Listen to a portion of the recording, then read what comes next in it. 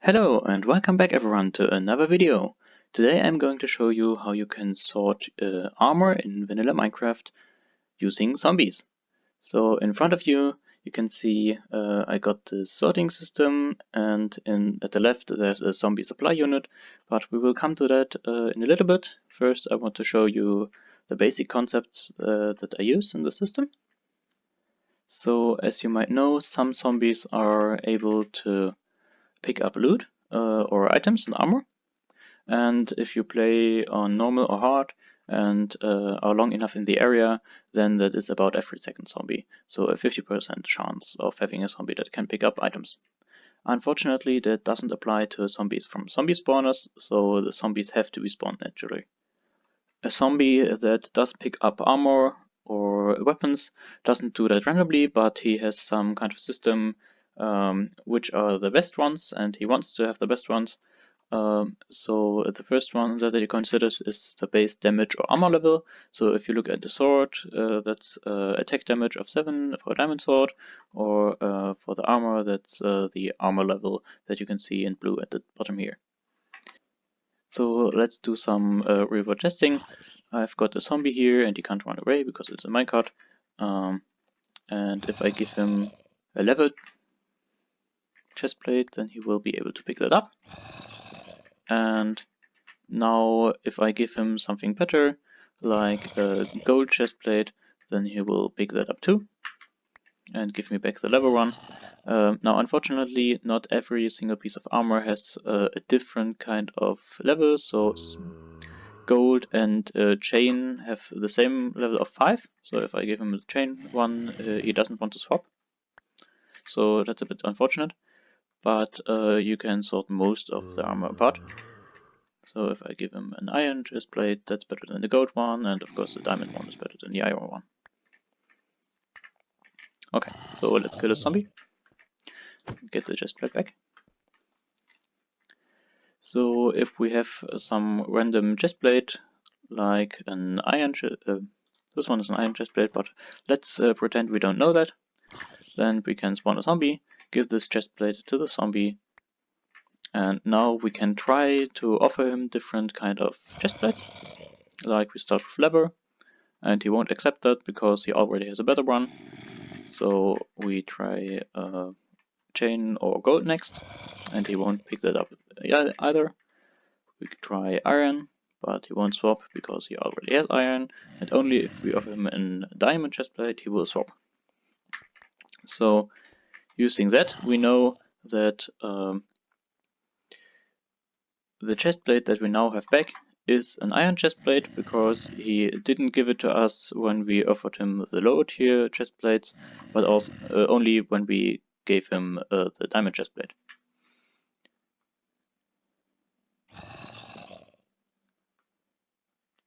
This works similar for all the other armor types and also for swords.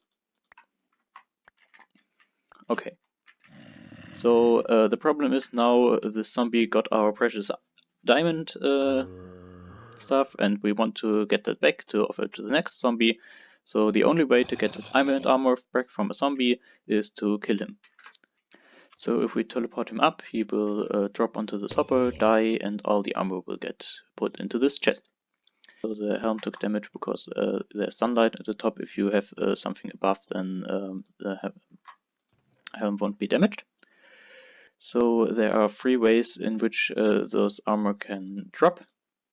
This is the first one, where when the zombie doesn't drop any rotten flesh, then the items will be in this order. And when we get 2 rotten flesh, then the sword will be behind the armor, but the armor is in the same order.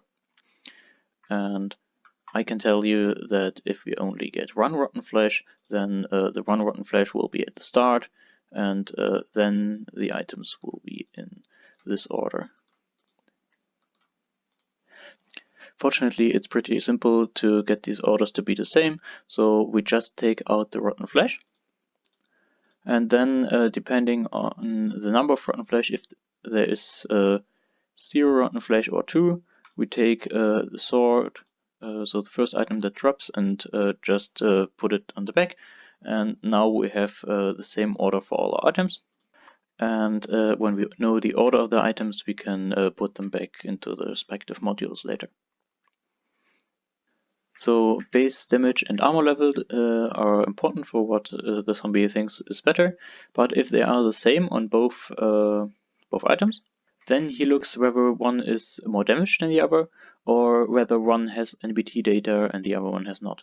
So if, for example, I give him this blue dyed chest plate, then he will take that gratefully. But now I got this chest plate that has more damage. It's more damaged. So he will select this one over the other one. But the other one has NBT data because it is dyed and enchanted.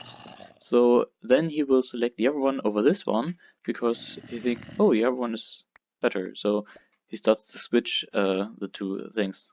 I won't show it in this video, but it is possible to sort the armor even for every single damage level and whether it's enchanted or not. So that's quite nice, but I didn't want to build it like 10 times bigger. It's already pretty big. Okay, so now let's take a look on what I'm actually doing over here. The whole thing starts with somehow getting the zombies that I use for sorting. So I've got this mob farm here, which is a pretty simple concept, just with some slime box sweepers, which push the mobs off the platform where they are dropped into the void and die. So here you see some zombies have spawned, they track the villagers, they fall down, they go into the water, and then they are transported with the water streams. Little zombies are sorted out, because they would cause problems later. And then they go up into this holding chamber up here.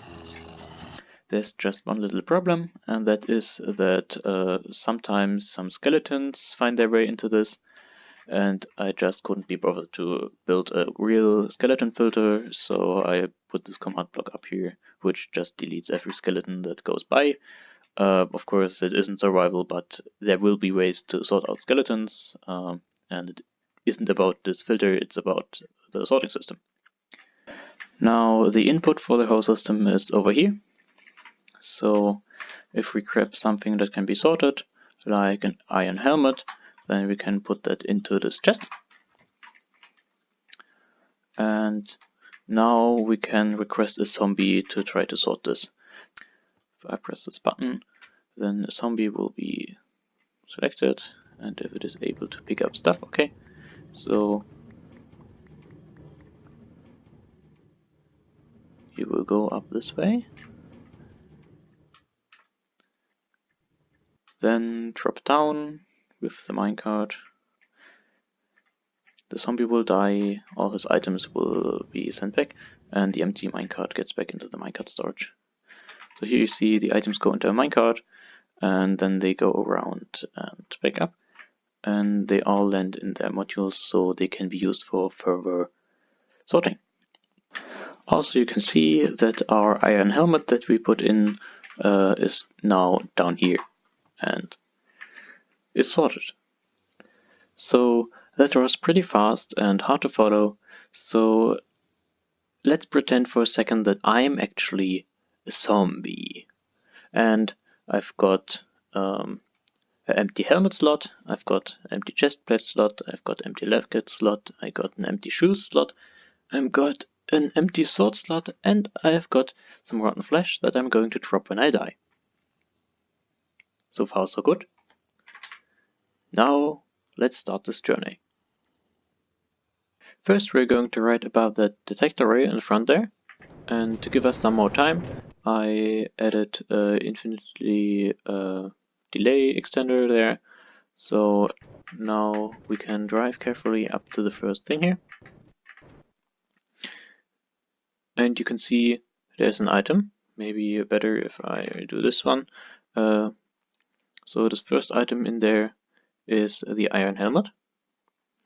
And because our first slot is still empty, we're going to throw away that empty slot and get the iron helmet. Now we're going to drive on, and it's careful, important to know that the zombie can already pick up the items on, even if he is not in front of it yet, but still somewhere between the previous blocks. So we already also don't got any shoes yet. So we take the shoes, then we drive on. We decide, oh, iron shoes are better. So we take the iron shoes and drop the gold shoes below me in the hopper, and this hopper points over here and then back into that hopper, which will make sure that the gold shoes we just had go back into this module for gold shoes. So now when I drive forward, I get the diamond shoes, and by now you should have understood it. I'm going to drop the iron shoes back to where I got them from, and going to drive on with my new diamond shoes. And I'm not going to drop the diamond shoes because they are super cool and I want to have them for my own.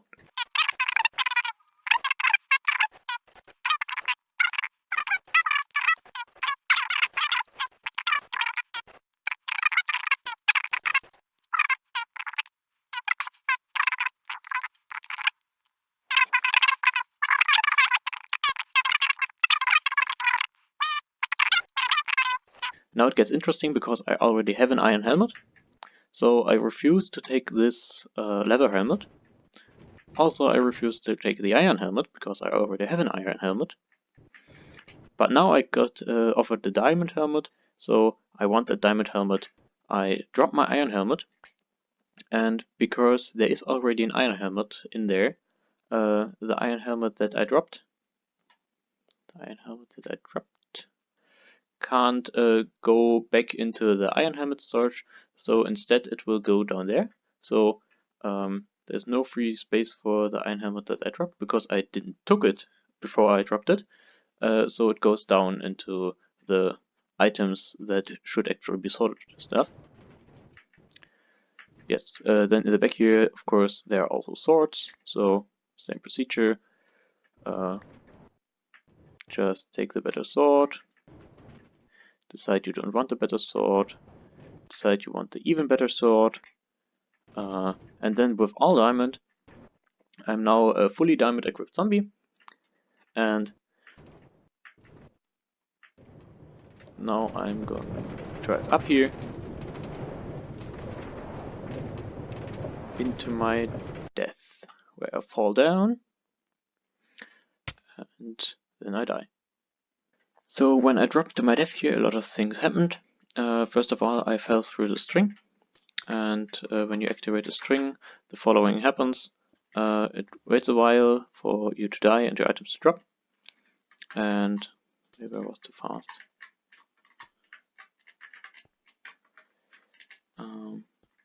So yeah, so then the minecart that, so the zombie dies, but the minecart gets left behind.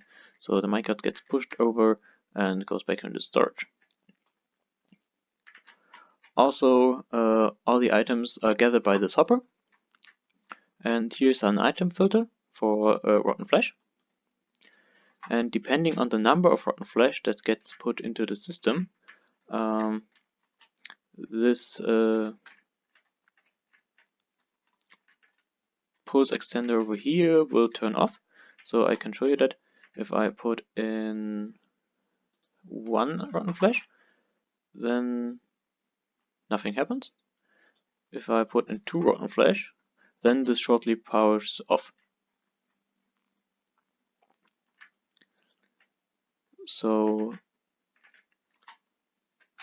using that, this part over here gets activated or not activated depending on the number of rotten flesh to reconfigure the order in that the items come in, as I showed you in the beginning of the video. This is pretty simple. When the items come in, exactly when the first item is here, I dispense a minecart from the bottom.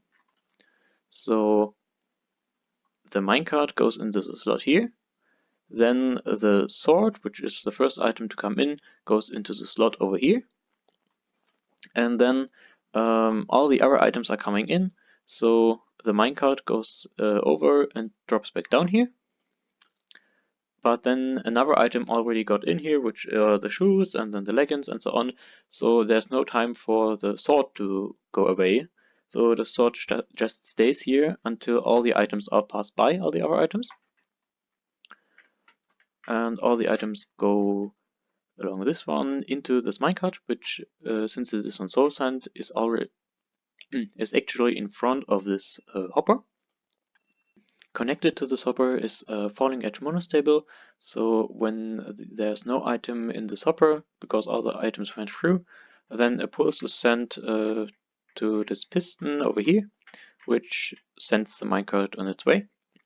And then the minecart drops off all its items at the corresponding diamond modules. And depending on whether there's a diamond thing picked up again, so that could happen if the zombie already had iron armor, or something which is enchanted with Curse of Binding, then the zombie wouldn't have picked up the diamond armor. Then this line of redstone would be powered, and the item wouldn't go down into the dispenser, but instead to the front here where the sorted diamond stuff lands.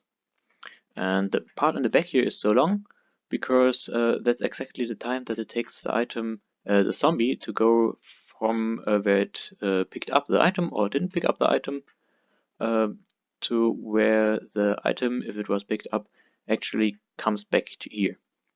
And doing this with a lot of repeaters allows for pipelining, so you can send in the next zombie even if the previous zombie didn't put its item back yet, and all the information whether the item should be put into the chest or the dispenser gets stored in this circuit here while the zombie travels around.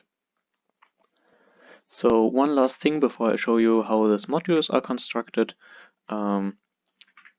Zombies that didn't pick up any items, they don't need to be killed over there, but they can instead be put into a zombie grinder over here where you can kill them manually and get XP from them and so on.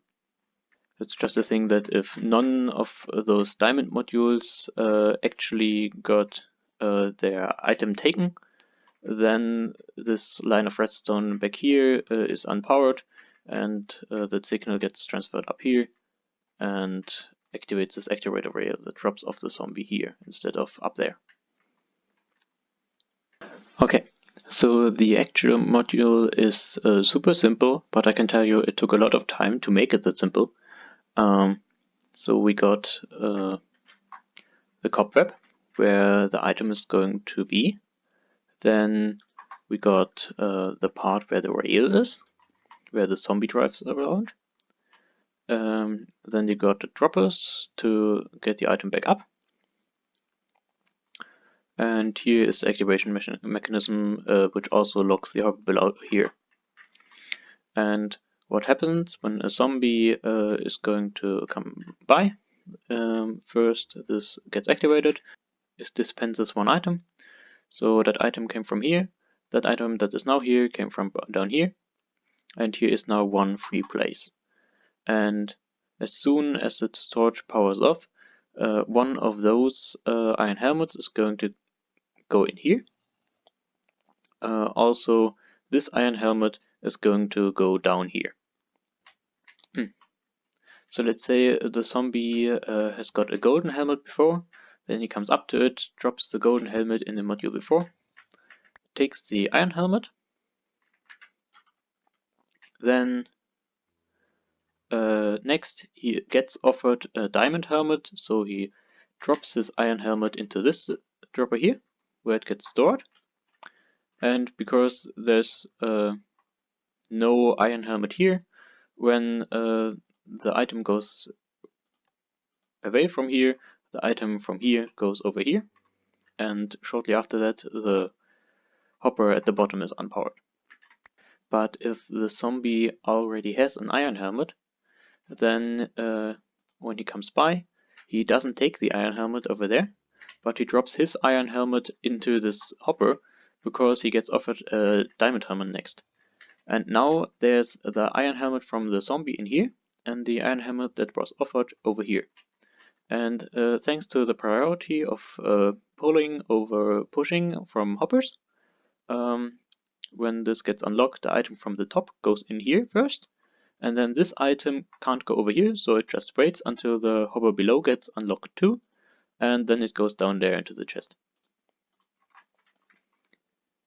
So in principle, this module is one-wide tileable, which was my goal over there, but unfortunately zombies just aren't precise enough in dropping their items, so sometimes it can happen that they drop their items a bit too fast or too slow.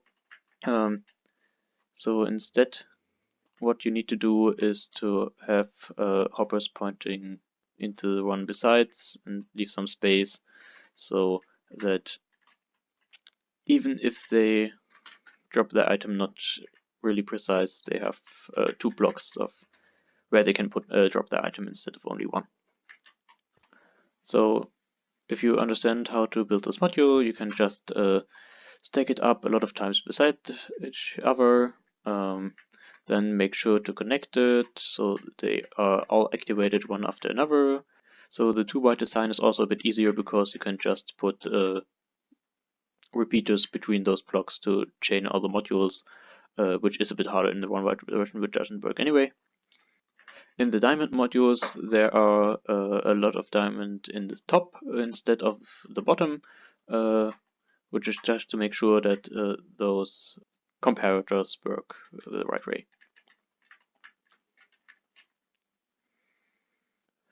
So I think that's everything I have to say about this design. I hope you liked it. If you have any questions, you be sure to ask them in the comments. There will be a Word download in the description. Make sure to check that out if you want. You can check out other videos that I did. I'm sure there are some nice on the screen right now or something. Yeah, have a nice day. Bye bye.